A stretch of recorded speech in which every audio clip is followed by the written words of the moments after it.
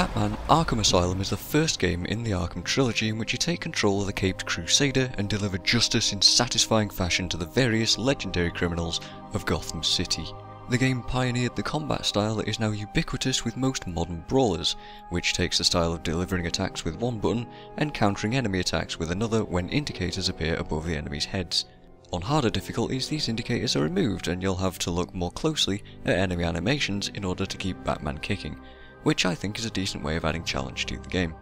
I don't consider myself very aware of the lore and story of Batman and DC Comics, so I was initially wondering just how much I'd understand about this game.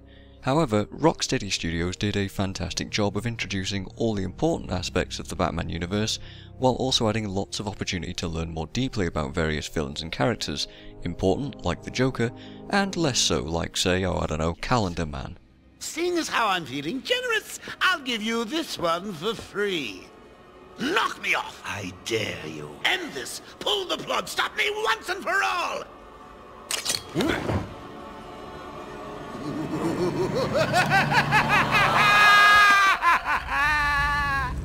Oh, you're getting too predictable, Bats. I think both fans and newcomers to DC Comics will find something quite enjoyable in this game. I'll talk more about the story later, but let's talk combat first. Batman is fun, responsive and easy to control in combat, and his incredible athleticism and acrobatic prowess is shown off in droves when you get to beat up groups of enemies. As the game progresses, you'll start to encounter larger groups and different enemy types, each requiring you to tackle them in different ways. Regular guys might start to pick up weapons, or they might start trying to throw heavy objects at you while you're distracted. They might try to break into gun safes around the asylum and riddle you with bullets. You'll also come across thugs with knives that need to be stunned before you can beat them up, or stun baton wielding lunatics, guys that'll grapple you, and later, the venom infused henchmen known as Titans. But you don't just have your fists to work with. What would Batman be without his gadgets? As you explore Arkham Island, you'll find many places are blocked off or are inaccessible until you find the appropriate items. Batarangs can stun enemies and trigger distance switches, explosive gel can break down weak walls and knock thugs over, the Batclaw can pull people off ledges and towards you during combat, and the line launcher and grappling hook can help you move around the environments more easily. Each of these gadgets can also be used to keep up a combo during combat, and during the special challenge mode, are absolutely required to be used at least once each during an uninterrupted combo to get the maximum scores. You'll also be required to use the ground takedown and special throws as well to ensure that you hit those score thresholds. Good luck, those are pretty hard challenges. But regular combat isn't all the game has to offer. You'll also encounter a lot of stealth sections, exploration, detective work, boss fights and other special sections that stand out.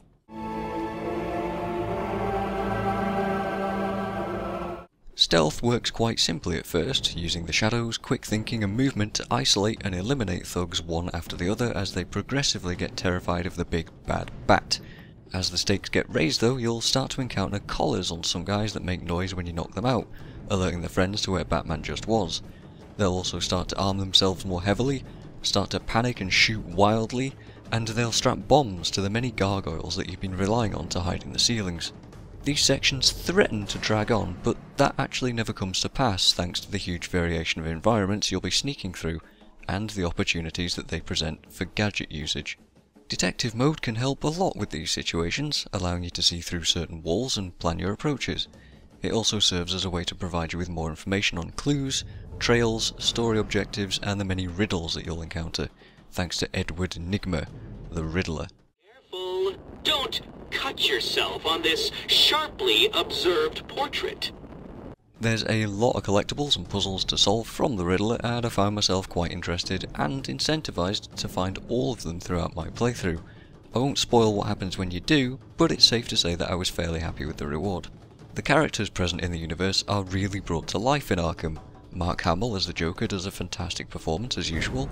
Kevin Conroy as Batman has just the right tone, not too crazy like in the Bale Dark Knight trilogy, and the various other people that bring Harley, Croc, Bane, Ivy and the Riddler to life are all absolutely appreciated as well. I will find you. Rip your flesh like paper.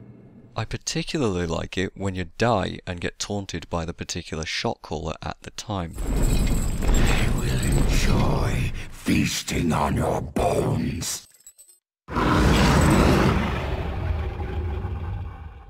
You're dead and buried, darling. Loser, loser, loser! Ha! And at the end of fear, oblivion. I salute my fallen enemy!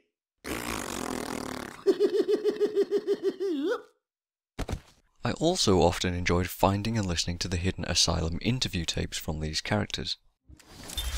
Harleen Quinzel? Call me Harley. Everyone does. I'm surprised you want to intern here at Arkham. I've always had a thing for extreme personalities. There's plenty of details to mention about this game, such as the way Batman's costume and cape get visibly torn and ragged as he goes, how the inmates will have various conversations about what's going on and get scared of Batman, and the way the island changes as you backtrack to keep things fresh, and many other details. The final major highlight for me are the Scarecrow sections. They play out like a crazy game of hide and seek, certainly not a traditional boss stage, and the insane ways that they're introduced can be outright spooky at times.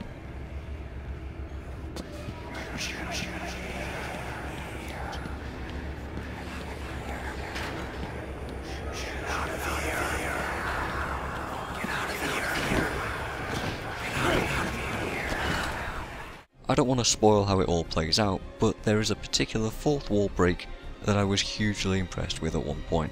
Overall, Batman Arkham Asylum is an impressive game, despite the simplicity of the combat when boiled down to 2 buttons.